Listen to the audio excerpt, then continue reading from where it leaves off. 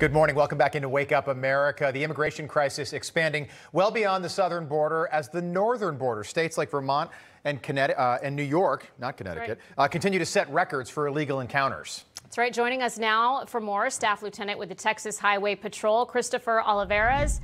Christopher, thanks for being with us this morning.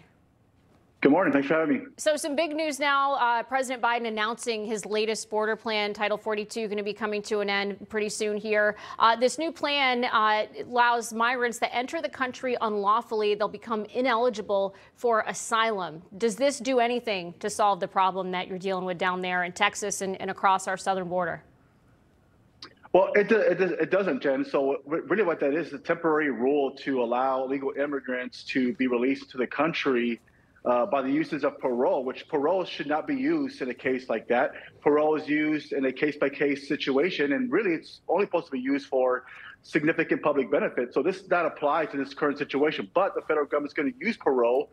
So it's not only going to create a much larger magnet for illegal immigrants to make it to the United States, but also it's going to be a complete abuse of the asylum process, also the parole process. So you may see the numbers decrease between the ports of entry, but again, it's also to hide the optics of large groups coming across between the ports of entry, because the federal government does not want the American people to see that, or especially, the media to see that as well. So again, it's just to hide the optics.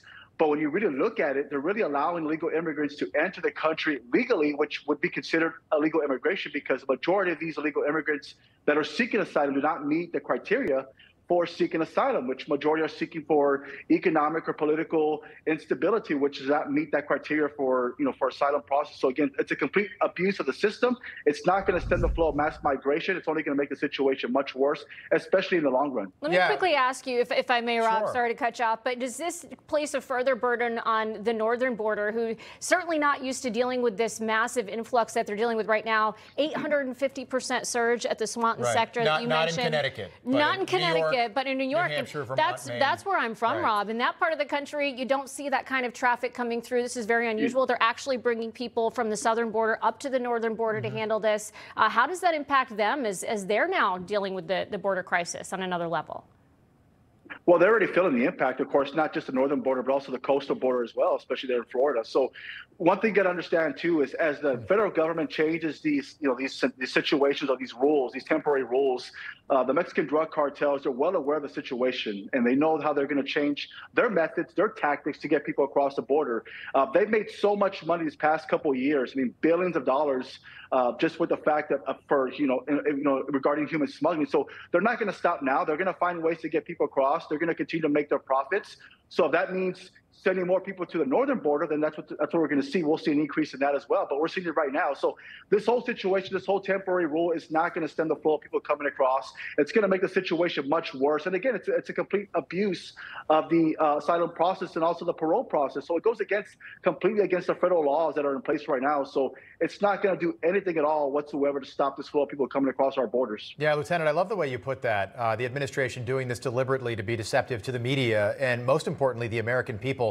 Homeland Security Secretary Alejandro Mayorkas sat for a rare interview over the weekend. He seems to have some difficulty defining what a secure border actually looks like. Take a listen.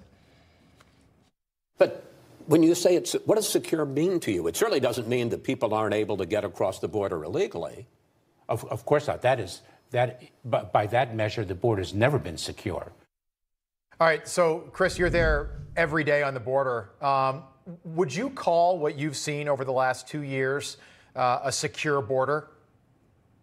Absolutely not, Rob. I've been on your show numerous times. Of course, we talked about this for so long already, going on 2 years already. Nothing has changed. In fact, the situation has gotten much worse. The numbers continue to rise as far as total encounters. I mean, how do you explain having a secure border or operational control when you have record high as far as encounters at the border? And those are just asylum seekers. We're not even talking about the gotaways. We're not talking about the criminals, the drugs, fentanyl, especially those on the terror watch list. How do you explain that situation when you have a continued rise in numbers and say that the border is secured? It's not secured. Yeah, and kind of going back to what I was talking about with the northern border, Swanton sector experiencing this surge, they're seeing mostly Mexican nationals coming through there with that surge. These folks aren't used to seeing the kind of temperatures that you get up in that part of the country, sub-zero temperatures. We've seen people, just as they have at the southern border, losing their lives as a result of trying to navigate this very rural territory, cold territory. Yeah, the mountains, the Green Mountains in Vermont, the Adirondacks in New York. Exactly. The temperature on Saturday, Lieutenant, in northern Vermont, going to be -8 degrees. Do you have any insight into how these Mexican nationals are actually getting to the northern border?